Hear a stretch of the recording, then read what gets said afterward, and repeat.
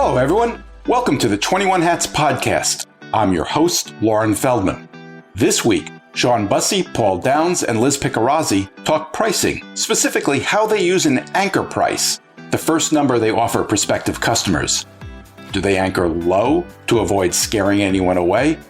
Or do they anchor high to disqualify unlikely buyers and to make the actual sale price feel more comfortable? Plus, Liz explains the remarkable dream come true My Product in Times Square PR gift she just received. Of course, this is entrepreneurship, so even when dreams come true, there tend to be complications. Liz's business is getting a wave of publicity at a time when her fabricator in Shanghai has been locked down for almost 4 weeks. She's talking to domestic fabricators as well, but they too will be dependent on raw materials that have to come from China. It's a problem, she tells us. Even in good times, owning and running a business can be a lonely pursuit. Our hope is that these weekly conversations will let owners know they are not alone in facing challenges. Same thing with our daily newsletter, the 21 Hats Morning Report, which highlights the most important news of the day for business owners and which you can subscribe to at 21hats.com, where you can also find transcripts of our podcast episodes and lots of other articles and interviews. Joining me this week on the podcast are regulars Shawn Busse, CEO of Kinesis, which is based in Portland, Oregon, and works with small businesses on marketing, culture, and strategy. Paul Downs, who is CEO of Paul Downs Cabinet Makers, which is based outside of Philadelphia, where it makes custom conference tables. And Liz Picarazzi, who is CEO of CityBin, which is based in Brooklyn, New York, and makes trash enclosures and package bins. The episode is titled The Anchor Price.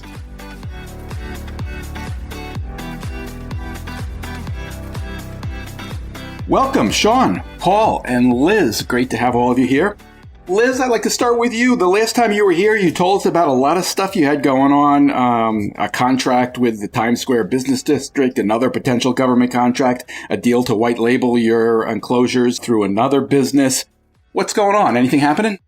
So the biggest news, which hit yesterday, was that the mayor of New York is launching a new initiative to keep trash off of the sidewalks.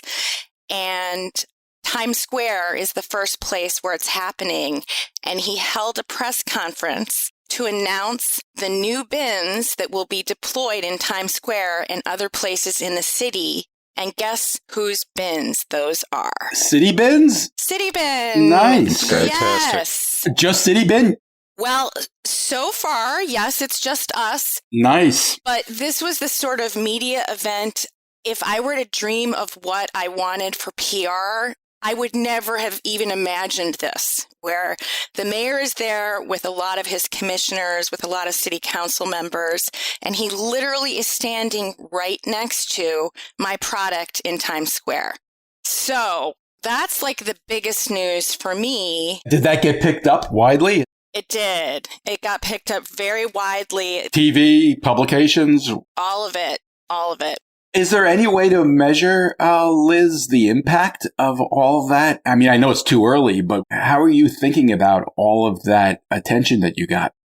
Yes. So within kind of the government and within business improvement districts, there's a ton of interest because the mayor also announced a program where business improvement districts can apply for $20,000 grants to get bins.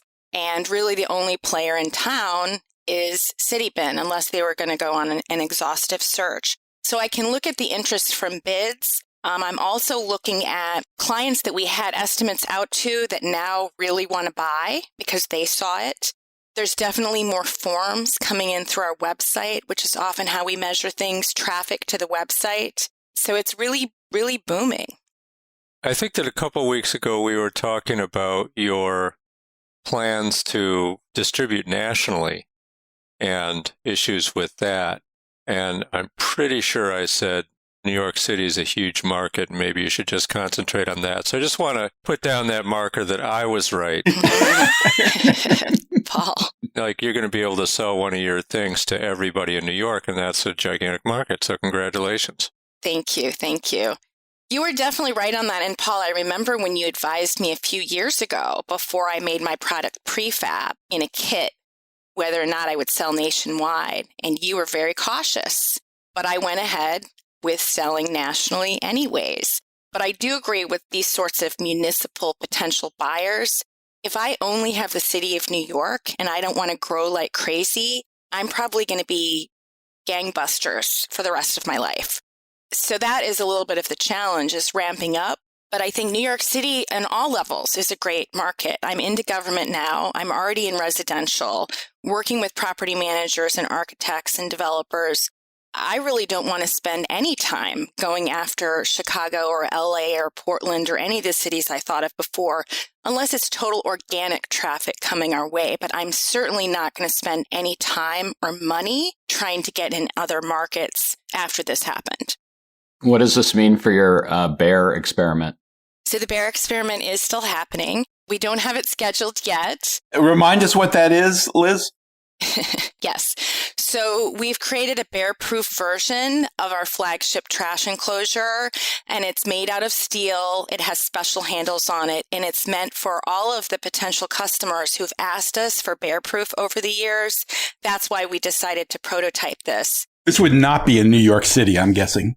It would not. It would not. It would definitely be more, Colorado, West Coast, anywhere where bears are an issue in trash. And bears are a safety issue as well. So there's a lot of cities or towns where there's a requirement within the city or town that they have bear-proof trash enclosures, so residencies. Bear-proof, it's still moving ahead, it may move slower, but also back to Paul's point, the implementation of those enclosures in other states is a big undertaking for us. Even if the client pays for it, it's still a very large undertaking. So I think with bear-proof, I probably would look to have more of a, mountain state representative who's right there on the ground, who could both do sales, servicing, and installation. I was at a seminar the other day, and the guy said something that was so powerful. He said, really great strategy requires that you be ruthless and that you focus exactly on the thing you're working on. And you say no to all these other things. And I'm curious why you continue with the bear work. Okay, so let me get this. Are you, Shawn, and Paul probably both saying I should put down the bear work? Because I anticipate that Paul's going to tell me that too. No, I'm not going to tell you that.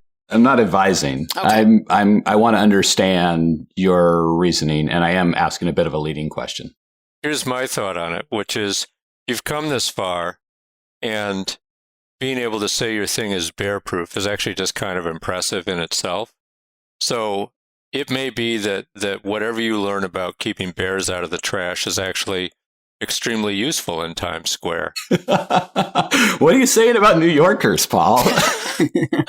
I don't think I have to say anything about New Yorkers. Just understanding what is the most extreme kind of use case for your product is going to be useful when you're deploying it in heavily trafficked space that nobody really owns. When you put the bin out in front of somebody's house, that house owner has some incentive to keep it good, plus the amount of traffic in your average house is way less than Times Square. So I think that I wouldn't go back on the bear thing. I think that you might not want to rush to establish all that distribution because that's a whole different issue. But just the idea of making a really strong, durable product is what you're going to need to do if you're in public spaces. Absolutely. So our normal enclosures, which are primarily residential, are made of sheet aluminum, and the bear-proof are made out of steel. So for the upcoming work with the city, and there's actually another thing I haven't shared yet, but I won a very big contract that hasn't been announced yet with DSNY. What's DSNY? Departments of Sanitation of New York. So with DSNY, they are getting steel. Because it is public use, they're actually going to be put in parking spots. So those absolutely need to be steel and not aluminum. And that's a component of bear-proof, is we did make those steel rather than aluminum for that. And if you think about, sanitation workers are going to be using this, you see how they throw things around, shall I say, definitely going to be making it more durable for both the bears and for sanitation workers. You just told us that you've won another contract that hasn't even been announced, and you got all this attention last time we spoke, you were having supply chain concerns. Are you at all worried that you're not going to be able to meet the sudden demand that you might be facing? So I am worried. I went back and I contacted two of the U.S.-based factories that I had great interactions with when I RFP'd this out in the fall and let them know this is happening. So there's one in New Jersey, one in Long Island. And my idea is to really activate and ready all three factories to be able to produce. And that is one way that I would be able to handle it. I did also check with my factory in China to check their capacity, and they say that they have it. I mean, I know that I need to absolutely check on that. But the thing that I like about the U.S. option is that's something I really, really want to do. And if by getting government contracts where they may require U.S. made and therefore a higher price tag, they have to understand it. That's my way to produce in the U.S. And so I'm seeing this capacity constraint as a force to get some of my production back in the U.S. You were concerned that you were not going to be able to find a domestic producer that would produce your bins at a price that worked for you. Are you now thinking that you're going to find a way around that? Yes. Just charge us more. And it's actually pretty simple. It's pretty simple. I'm going to tell the city, if you want me to produce in Long Island, it's going to cost 76% more. And I know that because I RFP'd this product out to 10 factories in the U.S., and I found that this is how much more it's going to cost. If they don't want to do it, then not. But I think that in a lot of these situations where they're requiring U.S. made, they know that they're going to pay more. So this is actually kind of an opportunity for me to switch it over because there's an understanding that the cost is going to come up. And that might be something they really want to do. You know, with the Mayor of New York photo, like you're entering the realm of politics. And so essentially you're bringing a political value to them. So they can then get on stage and say, and this is made entirely in the United States by local artisans here right in the New York metro. And that's worth maybe a lot more than 76%. I think it is. I really do, Shawn. I think it is because that can become part of their story. We helped this local women-owned business move production or some of it to here, to our state of New York. I think that would be huge. You know, another thing I do look at is that I know that bin companies that contract with the government are definitely charging a premium to produce in the U.S. And this is my way to jump over to that, at least for municipal stuff. Yeah, I mean, my experience with government is if they want to do it, they find the money. Where do things stand with your plant in China? Is it back up? No, it's not. It's been shut down for almost 4 weeks. Is that becoming a problem yet, or? It definitely is a problem, not only on orders that we've already placed, but on this upcoming order. And that's another thing that's a worry for me because the city isn't going to necessarily understand the long lead time. But I did have a meeting with them today, and I really flat out said, I already know that this is going to take longer and be more expensive to produce in the U.S., even given the shutdown in China and in Shanghai, because we're still getting the timelines from them. They know all this stuff is happening. If it goes on much longer, yes, it's going to be a gigantic problem, but we do need to remember that even if I produced in the U.S., all of my materials are coming from China.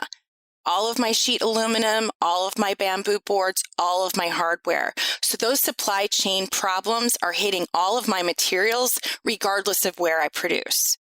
Are the Times Square ones aluminum, Liz? They are. And are you concerned about the durability piece with that? I am. And we made them put big cement barriers on each side of them. That is a little bit of a test. And we did tell them that. I think ultimately it's going to have to be in steel, but that is to be seen. And this is a pilot. I mean, this isn't it. How many are you going to put into Times Square? So we have 2 4 modules, the extra large size, that are in 2 different locations in Times Square. So 43rd and 8th Avenue and 41st and 7th Avenue. Would they be open to like A/B testing it and say, hey, can we build one out of steel with local fabrication and one the traditional way, and then just run the test, have them pay the premium for it, say, hey, we're thinking about, the value of the, sell the political angle? Definitely. And I have thought of that. I haven't said it yet because we're just kind of getting into discussions. But that's actually another issue is that Frank, who's my COO. And? He's my husband as well. Let's keep this professional. Yes. Thank you, Paul. He's still really set on aluminum. And I have to say, we've been having a lot of fights about it. Even at the celebratory dinner with our team last night, we were arguing about aluminum versus steel, and we had to stop. I know and I really believe that they have to be in steel. I mean, they're going to be in New York City parking spots. Absolutely have to be in steel. So that's a separate issue. And every time it comes up, I just say, do you know what? Let's take some time next week to talk about it. What's Frank's argument? I think he's looking at lead time and price. I think he's looking at that our volume is with aluminum, not with steel right now. And what I say is we need to take the long view. We need to do what is absolutely best for the city. And we can't take a chance of a bus or a car hitting an aluminum closure when we know that it's a lot weaker than steel. Like, I'm not going to take a chance on that in a pilot with the city of New York, where the literal mayor is looking for this to be successful. We sort of went through a version of this issue over the last decade, which is we used to only make our tables out of wood, which is beautiful, but a little bit on the delicate side. And then we gradually introduced tables made with plastic laminates, like Formica. And those are about 70% of our work now, because people really value the durability. And we don't sell it as cheaper. It's just more durable. That's such a good example of like the tension in a business where once you start to get operational around something, that the forces within the business who happen to be your husband, like they want to optimize and continue on. And then the entrepreneur is always kind of looking for the new way. And how do you know when it's worth, kind of changing? And yeah, that's the question. Well, and it's also a perspective of, I have a background in product development. So I know that the stakeholder input on these installations is going to inform not just aluminum versus steel, but any of the moving parts, any of the hardware. And I'm really open to listening to that and integrating that. And that's also something with Frank. He's very focused on what's the timeline that the city gave us. Can we meet it or not? That's a reasonable concern. It is, but what I say is that in the RFP, we very clearly said that this is based on our current product, but done in steel. So if they want to change the requirements, that's fine. It's just like software development. There's going to be a change in the timeline and the price if you want to change it. So I would say I'm a little bit more receptive to incorporating that feedback faster than Frank is comfortable with. And we're going to have to, I'm probably going to have to send out a Google meeting to sit down with him early next week because we're just both too fried from the last few days. We could do that as part of the podcast if you'd like. You want to schedule that right now? Oh my God. Instead of arguing in front of your employees, you can argue in front of everybody listening to this podcast. I like the way you're thinking, Shawn. Broaden the audience. Do you know what? Because I'm going to win the argument. Okay, definitely have to do it now. Are you guys doing the installation? We are.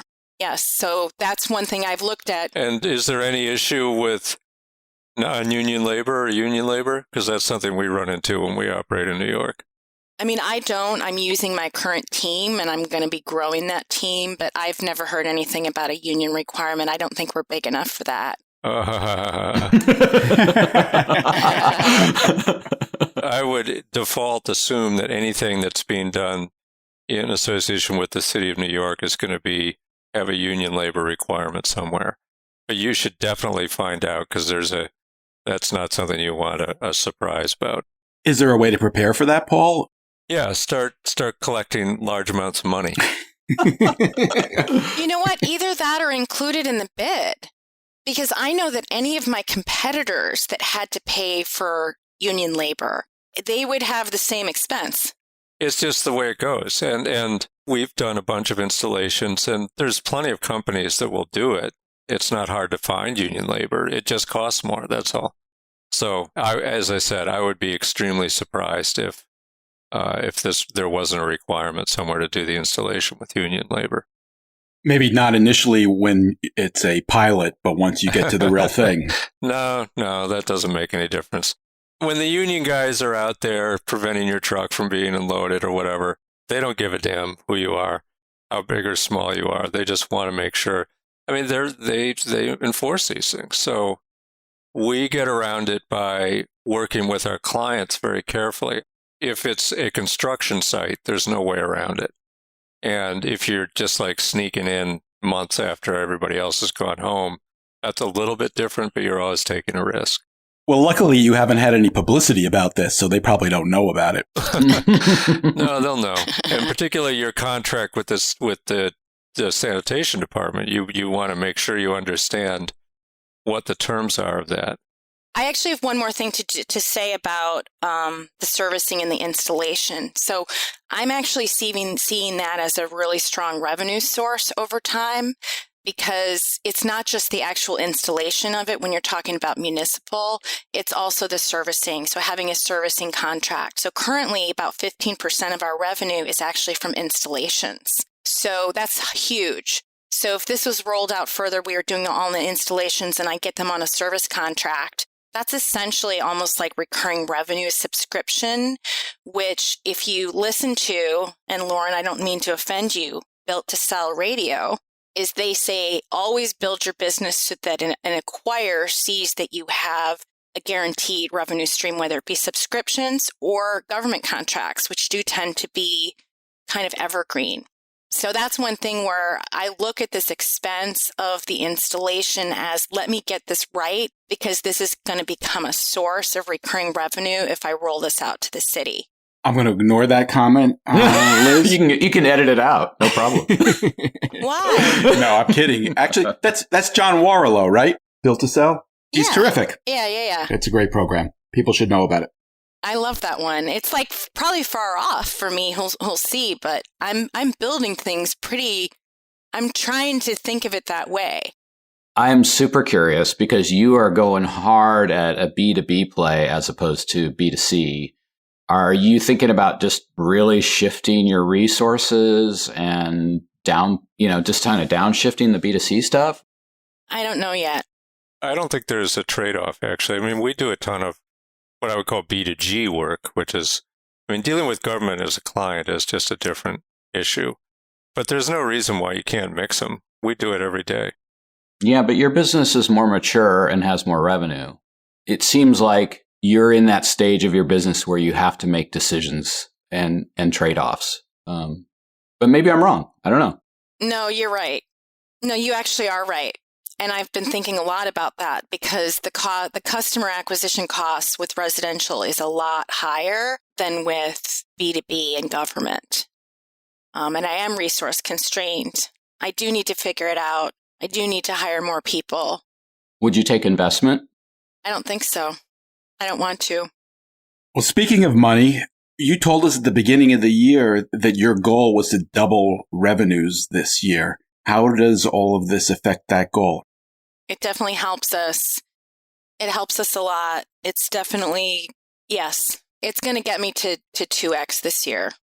And will that require, as Shawn was suggesting, some kind of financing? Are you going to have to figure out a way to buy all of the raw materials that you're worried about whether you're going to be able to get through the supply chain or not? So I've done a couple things to try to move ahead on that. So one, I have like a line of credit from my bank. It's very wimpy. It's about $200,000. It's barely going to cover anything.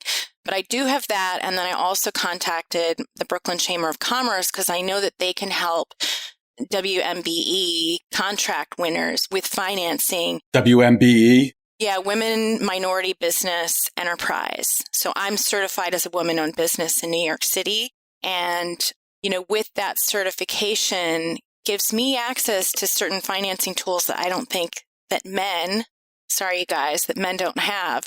And that includes some sort of loans and lines of credit that will help finance a contract that a woman or a minority otherwise would not be able to afford. So maybe Paul can answer this question since you've done more work with government. How much flexibility is there with those types of clients in terms of getting deposits up front? Because if Liz moves out of the consumer space where she has more control and can say, I'll put this on a credit card and then I'll ship it, does the government kind of say, hey, we'll pay you 30 days upon delivery? Or what's been your experience with that, Paul? It's all over the map. It's very unusual to get a deposit. It does happen sometimes. You're entering a world where each government agency you deal with may have different rules, and sitting over all of that may be another set of rules from the state of New York, and there's definitely pitfalls to it, but a lot of it is just sitting down and working your way through what they want you to do. And don't go in with the attitude that you're going to be able to get the state of New York to change course on anything. It's unlikely. I mean, I can remember my first time running into this issue. We got a call. This was a long time ago. I got a call from a Navy buyer, and we talked through the job and came to an agreement on price and all that. And then he said, what are your terms? And I said, well, I want 50% up front. Boom, phone goes down. Navy doesn't do that. And so that was that. And I had to get my head around the idea that you're just not going to negotiate with certain people. Now, we've had other government entities where I would say that the higher up the person you're dealing with, the better chance you have of seeing some flexibility. But it's not guaranteed. All these government entities have very strict contracting rules, which are designed to prevent corruption and fraud. And you just, get your head around it. You just got to do what they want you to do. And that often means financing the job. Now, we've done a couple of things for New York entities, and I'd have to go back and think about the details of it. But with the federal government, you don't get any money up front, but if you do learn the system, you will get paid. And so we're willing to finance federal jobs because I know at the end of the day they're going to pay me. And so all I could say is you're about to enter a whole world that you never suspected existed. And, once you master it, it's actually a very good thing to know how to do. So like my ability to deal with the Department of Defense is actually a huge plus for every additional job we get because we just know how to do it. And a lot of people don't. Paul, have you tried to take a government invoice to a bank to get financing? No. Have you thought about it? It is possible to do, right? I suppose. No, I haven't found that to be true. You've looked into it, Liz. In anticipation of this contract coming up, when I signed this little wimpy $200,000 line of credit, I said, I think this is contracts coming down the pike and I'm going to need to finance it. Can you raise my line if and when that happens, if I bring you a PO? No, we need your 2023 tax returns to consider any increase in that $200,000 line. Oh, you're talking to the wrong industry, Liz. There's a whole ecosystem. Factors. Factoring is kind of the worst of it in terms of cost, but there is a whole ecosystem. Your bank is not it. A good bank, I think, would look at that and go, okay, we trust you. But you're so early in the business cycle that you probably don't have that level of credibility yet, or you might be at the wrong bank. That's another possibility. In my experience, I have a $200,000 line of credit, and that's not enough for the bank to actually be interested in me. And I think that they're looking for bigger loans, bigger companies, and the banks I've dealt with just are not that interested in a small business customer trying to deal with what you're about to deal with. There's other ways to raise money, but not from banks, would be my take. I mean, what are we talking about, Liz? How much do you have to finance? $500,000 or what? Yeah, it's about that. And you can't scrape that up? I would need a big deposit. They may give it to you. We got a significant deposit from a federal buyer who had, with the way they ran their agency, apparently they had the authority to do it, but a lot of it was this was a senior leadership room. And so when the bureaucrats realize that the head of the agency is going to be sitting at our table, there's a little bit more flexibility. And I just don't know how it would play out. You know what? I think that I have a really good shot at that sort of a leader moving this ahead because of how high exposure it is. Possible, but the flip side is that person imagining the headlines in the New York Post a year from now, like, slippery deal, and look at these things. And so there's always a lot more CYA concern than you might think. Liz, did we cover all of your news? There's only one little thing that I will say is that when I was talking on the show a few weeks ago about this other trash enclosure company that wanted to be a distributor, an online distributor for Citybin. Of your products, but with their label on it, their branding. I got a phone call from Paul that same day, and he had been listening to the podcast in me. He pushed pause and called me. He was like, "Don't do it." Yes. Don't yes. do it. Oh my God, Paul is a good human being. I don't care what anybody says. Paul, I'm so glad you pushed pause. So I met with my IP attorney the very next day on the suggestion also of Jay. And he basically said, don't do it. That's brand dilution. You know, there's other ways that it could be co-branded, particularly if it's the Bear Proof, but that you don't give away any of your leverage on this. So I wrote back to that guy and just canceled. We didn't have any sort of written agreement. But he definitely poo-pooed my concern, and that made me even more glad that I rejected it. And then I found a different online retailer of trash enclosures and cans, and now I'm listed with them, and they're not messing with my branding at all. It's going to stay Citybin, and we'll see how that goes. So good. Oh my God. When I was listening to that episode, all I could think of was Kirkland, and like what Costco does with brands. That's not who you are. No.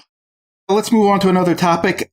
Paul, maybe the last time you were on, you told us that you had taken your prices off your website for complex reasons that we didn't really have time to get into at that point. I've been wondering about it ever since. Can you tell us why you took your prices off your website? Yes. And the context we were talking about, your conversation with the pool guy and his big success with telling people what pools cost. And I made the remark that the pool guy and me are similar in that our buyers don't really know what our product should cost. So I first put pricing on my website back in 1999 when nobody was doing that. And it was pretty successful for a long time when we were selling residential furniture.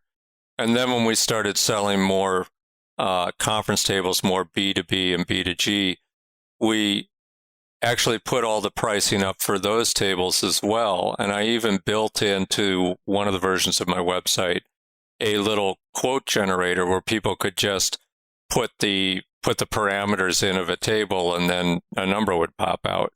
Were you willing to stick to that number? Well, it turned out to be a problem because the coding of the algorithm was buried deep into the website, and it was really hard to adjust any of those numbers. So my sales staff started to complain that when people did do the thing, that then they were kind of stuck with the number. But it also turned out that a very, very small number of people even wanted to do that. They just didn't do it. So we rolled out a version of the website in 2009 that was sort of addressing all of that, took that self-quoting feature off, and put prices on the website. And what we found was that we have a pretty wide range of different tables that we make, and some are really big and complex and expensive, and some aren't. But we put numbers up on all of them when we launched this new version in 2009, and what happened was traffic just stopped dead.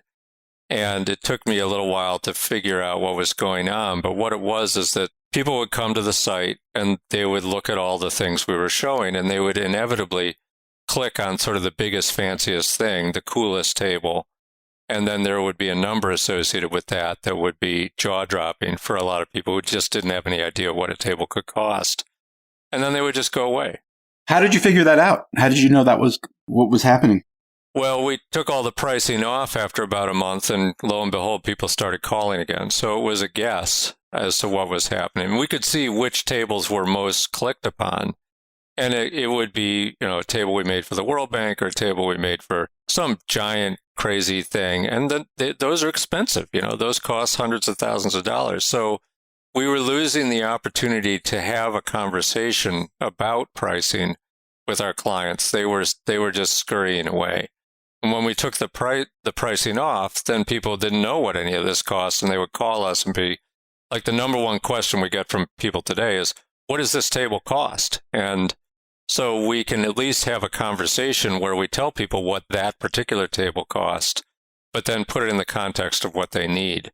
And we have since put language up on our website that talks about costs in a way that's vague but useful. And we have a couple of formulas like, okay, the cheapest tables we make are $500 a foot. That's not the actual number, but I'm just pulling it out of the air. Like a 10-foot table would be $5,000. And the most expensive, a 10-foot table, would be $50,000. And that's the range. And so people have some idea of where they're heading, but then we work with them once they call to figure out what they actually need and give them better budget numbers. So one of the things that we've tried to be very careful about is introducing what we call the anchor number into a conversation, in any sales conversation, which is the first number that a potential buyer hears sticks in their mind. And so what you want to make sure is that the first number is not one that scares people away. So that's why we talk about table costs as dollars per foot, because the actual numbers that are associated with those are not threatening. It's a couple of $100 to a couple of $1,000. Whereas the table itself may end up costing a lot of money. It's just a way to start talking about pricing without a scary anchor number, because the first number never goes away. And that's just a reality of sales. We recently highlighted a story in the morning report about how Steve Jobs used an anchor number when he introduced the iPad. I think it was the very first version of the iPad, and they flashed the number $999 on a screen behind him as he was talking about the product for the first time, describing what it could do. And then I think the price he actually introduced was like half that. So the idea was the opposite of what you're saying, to anchor a really large number and then surprise and delight people with a much smaller number that might have been scary if that had come first. Well, that's very interesting, but there's really no transferring Steve Jobs' experience to Paul Downs' experience. We're just in a different world. Well, it's a very different product and a very different price level. Yeah, when I get to the Apple level of success, believe me, I'll be dropping big numbers on everybody. So, well, I mean, actually, it's interesting because I've found, at least in my world, the anchoring strategy, if I anchor on the low side, that's a problem for me. That invariably the client keeps wanting to return to that number. Even if we've had lots of conversations around, well, what you want to do is really complex, and here's the thing, and this is why it's more money, they will often return to that low number. So I actually use the Jobs approach. I just go at it and say, hey, it's probably this, but it might be less. And I've had much better luck with that, but maybe it's different. I don't know. We're selling a service and not a product. I think it is different. Every single product has a different approach that works for them. And you're also dealing with a client. I mean, I presume the people who are writing checks to you are fairly sophisticated. They're business owners. And I mean, we deal with a lot of business owners ourselves because a lot of bosses buy tables. And so we've had these conversations so many times, we kind of know how to do it. But it's going to be different for every single business. But that concept of the anchor number, I think it's real. Like whatever the first number is, you got to be very cognizant of what you throw out there, and be aware of how you have to live with it as the conversation continues. Shawn, when you talk about a project with a client and you give that anchor price that you're talking about, are you talking about a price per hour or a price for the whole job? Usually, I use anchor in kind of a slightly different way in the way we sell, in that I'm trying to anchor against the alternatives. So, I might talk in terms of Generally Kinesis, it costs to hire us about what you would pay for a senior level executive in your company. And so like they know like immediately, okay, that's a 6-figure investment over the course of a year. And then I can talk about the depth of work that we're going to do and the complexity and the number and the different skill sets that are required. So I'm essentially showing them, yeah, you could hire a person that could do kind of one focused thing, or you could get a team of people. So I'm really kind of comparing our team against the alternatives of solving their problem. Because fundamentally, that's usually how people are thinking if they're a business owner. They're thinking, should I buy it or build it or lease it? Those are their choices. And so that's usually where I'm going. I don't talk hourly rates or, I don't even talk project costs anymore. These days, when I talk to folks, I really want to talk to an owner at a high level and say, what is your challenge? Is it important? And if it's important, is it worth this kind of investment? And then if it is, then we can keep talking about, what that involves and the different aspects of it. But that's where I'm at kind of in my sales process after 20 plus years. How do you calculate the actual price that you charge? Well, so we, like a lot of service providers, you don't know the depth of the problem when you're first meeting somebody. And often their idea of what the problem actually is isn't the problem. So you have to kind of do this dance of recognizing their struggle and pain, but also leaving the door open to finding new things in the process to help them understand what maybe are the real forces. It's very common, for example, for somebody to come to us and say, hey, I need a new website. And then in the process of working with them, we discover, wow, you have 50% turnover with your employees. Will building a new website solve that problem? And then it's actually a much better conversation because now you're talking overall kind of business issues. And in many cases, like we'll not build the website because we need to fix the turnover problem first because that ROI is much higher than the new website. And so we do kind of an evaluation phase in the beginning that has a fixed cost.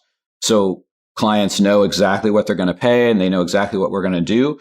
But through that process, you discover things that are the real problems, not maybe what are thought of as the problem. And I think I think really good service providers focus on getting to the root problem as opposed to just giving people what they ask for. So you do that initial assessment for a fixed cost and then you figure out what the problems are and then you put a price on solving those problems? Right. Yes. Going through this from your perspective as a service provider, has that helped you deal with vendors that you work with, like hiring a lawyer who charges by the hour? Or has it given you any perspective on that has helped you figure out how to handle those situations? Yeah, it's actually interesting. I was talking to a lawyer recently, and it's a kind of a real estate need. And, he came highly recommended from somebody. And at the end, he's like, so we charge, $500 an hour. And I was like, ugh, I kind of fell out of my chair. And then he later said, and this project will probably take between $3,000 to $5,000. And so like he kind of made a mistake. I don't know, maybe that was intentional. Maybe it was he was anchoring on this high number so then he could do the Steve Jobs thing. But effectively what he was saying to me in the $3,000 to $5,000 number is, I am an expert in this. I am efficient. I have done it before. And so I was like, oh, that's reasonable. But when you hear $500 an hour, I'm like, whoa, that's crazy. So, but it isn't. But it's not. Yeah, it's not. Right. I mean, he was placing himself in the pantheon of lawyers because after you've dealt with a few of them, the $500 an hour guy is probably a pretty decent lawyer, and the really fancy ones are a lot more than that. So he's telling you where he lives. He's telling you whether he's a Chevrolet or a Lexus or a Lamborghini. Yeah, I think what I've tried to do as a service provider is move away from hourly rates. Because, fundamentally it's buyers don't know. Like I didn't know. I've never bought real estate legal services before. And so I was like, wow, that sounds like a lot of money, but it actually isn't. And so, fundamentally I want to get to a place of what is the problem? Here's what it's going to cost to work through that problem together. Is that reasonable for you? Will the value of that, exceed what we're charging? Because hourly rates it's just an abstraction, other than what Paul is saying, which is you sort of assume somebody that's $1,000 an hour is better than somebody that's $500 an hour is better than $250 an hour, but that may or may not be true. I have a question, Shawn. Given that you're in services, how often do you need to do change orders on engagements when the scope expands? Yeah, that's a great question. So we've gone from, over the years, highly descriptive scopes of work that tried to cover for every single contingency, so that if the client came back and said, well, we want to change things, then we could say, well, this is going to cost more money and we're going to issue a change order. I've never met anybody in my life that likes change orders. So what we've done to eliminate that issue is we no longer have these really tight scopes. We actually have much more of an agile process where we say, we're going to work on these 4 initiatives. Do you agree these are going to help you? Yes, great. We break down those initiatives in component parts, and then we say, this is what we think is going to happen as we work on these things. But then as we work together, we change along the way. I mean, because somebody once said it was just so brilliant. He was a proponent of agile working. He's like, your stupidest moment is the beginning. And so most people are building proposals when they have the least amount of information. And so what we've done is we've addressed that and said, look, like an employee, you're going to hire us and you're not going to know everything we're going to do. You have a general idea, right? If you hire a marketer, you know they're going to do marketing, but we're going to shape what we're going to do together into large buckets. And then as we get further and further along, we're going to get tighter and tighter and tighter on what the outcome is. And that does require a level of trust with the client. But it's a way better client to work with, honestly. So that's how we've gotten out of the change order paradox. It's good. Thank you. Liz, with all that you have going on, are you at all rethinking your pricing strategy, or are you happy with where you're at? I'm pretty happy where I'm at. We've been communicating price, at least in direct mail, more than we used to. So if we've got a postcard with a nice photo configuration on the front and the back, we didn't ever put price on that. And now we put, starting from $4,500, let's say. And we are doing that a bit as a filter because we're sending this primarily to a targeted list of affluent people where those price tags are really not going to hurt them. If anything, maybe they find it attractive. So that's one thing I've shifted recently. And on my homepage, I don't have pricing anywhere. And I have to say that's not even really a deliberate decision. But if they get to any of the product pages, all of the prices are right there and it's a configurator. So if they have 3 cans, it's one price. If they have 6, it's a different. If they want a package locker to be added, it's a different. So we make it really easy for them to get the price and to configure the product to what they want. But the other thing that I have done is we've visually shown the difference between a city bin trash enclosure and our competitors in a couple of kind of downloadable PDFs that are through a web form where they have to give their email address, almost like kind of a Marcus Sheridan, where he's certainly advocating for providing a buyer's guide to someone who's buying a trash enclosure, where you show our product next to the competitors and you lay out what the differences are, not only in price, but in all of the different features. So that's something where people that are really uncomfortable with price, I'm basically saying, well, here are 2 options. You can go to Home Depot and get a Rubbermaid, or you can go on Wayfair and get this cedar shed, or you can have someone locally fabricate an iron enclosure. And I put the pricing and the features for each of them side to side, just like you see on any sort of online purchase of software services or anything.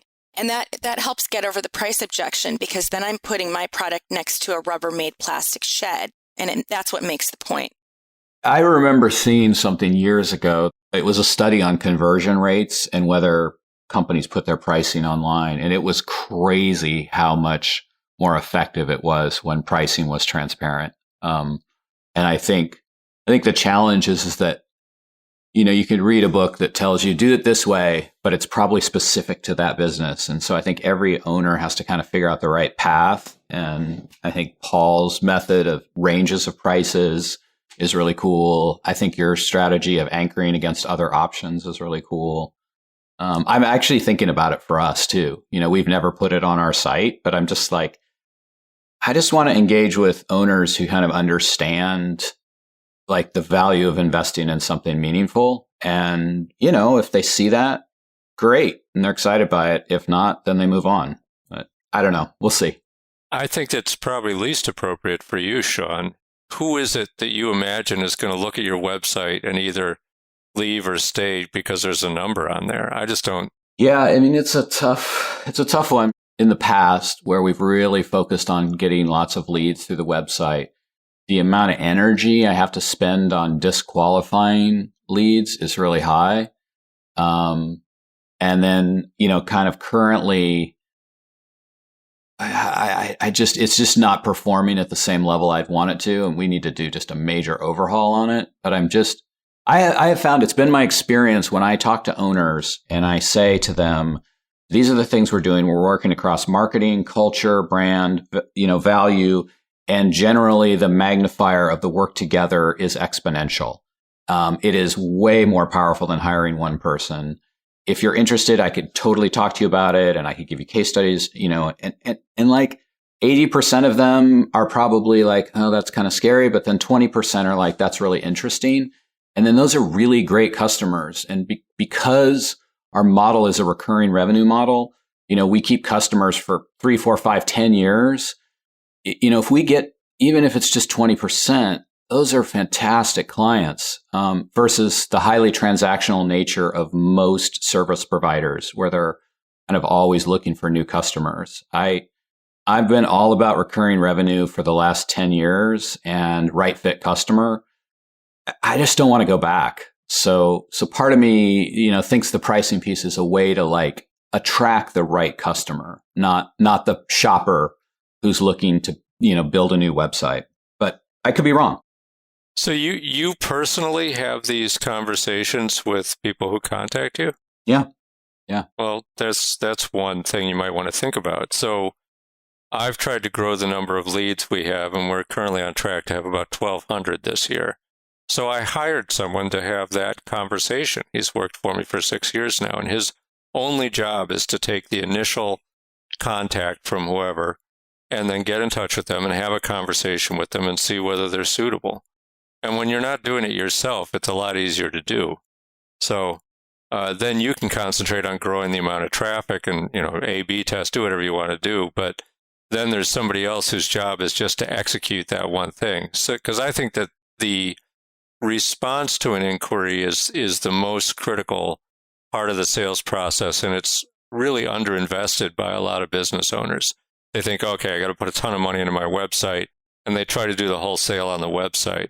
Or they're like you, because I used to do that too. I used to be the guy to answer the phone, and it wasn't until I stopped doing it and had to explain it to somebody that I really started thinking about what I want to actually have happen in that conversation. And then the other thing is that we started recording this guy and hearing what comes out of his mouth, and that was pretty eye-opening too, because people drift off message all the time, and so you've got to just be extremely disciplined about these intake moments and making sure that you're identifying who you're talking with and whether they're a good fit, and then just telling the other people, sorry, go away. But it's better for you to be rejecting them than for them to be rejecting you. And when you put the number up on the website, you're giving people a reason to reject you. And that's sort of the conclusion we came to with the product pricing. But, yeah, all right, you got my 2 cents. That's a whole nother show. Especially, honestly, I think the most valuable thing in that whole thing that totally aligns with my experience is how leads are managed, especially in the initial phase, because there's all this correlation between the speed with which you handle a lead and the likelihood of closing. And the vast majority of businesses fail on that front. And many of them don't even respond to forms that are submitted there. So it's crazy. All right, we are out of time, but you guys have given me ideas for at least 3 more shows, including next week's debate between Liz and Frank about whether it's more important to hit your client's timeline or to give them a product they actually are happy with. We're all looking forward to that, Liz. But when you put it that way, Lauren. You're lining up with Liz already. I like it. Yeah, I can see where this is going to go. Why don't I not tell him until an hour before the taping so he doesn't have any time to prepare? Exactly. My thanks to Shawn Busse, Paul Downs, and Liz Picarazzi. As always, thanks for sharing, guys. Wait, don't leave yet. If you have a question or a comment that you'd like the 21 Hats owners to address, send it to me by replying to your morning report or by email at lauren@21hats.com. That's LOREN@21hats.com. Do it now before you forget. And don't be afraid to tell Jay what you really think. He can take it. And if you got something out of this conversation, help us reach more business owners. Tell a friend. Subscribe and review us wherever you get your podcasts. Follow us on Twitter. Subscribe to the Morning Report at 21hats.com. This episode was produced by Jess Thuberon, founder of Blank Word Productions. Okay, now you can leave. Thanks for listening, everyone.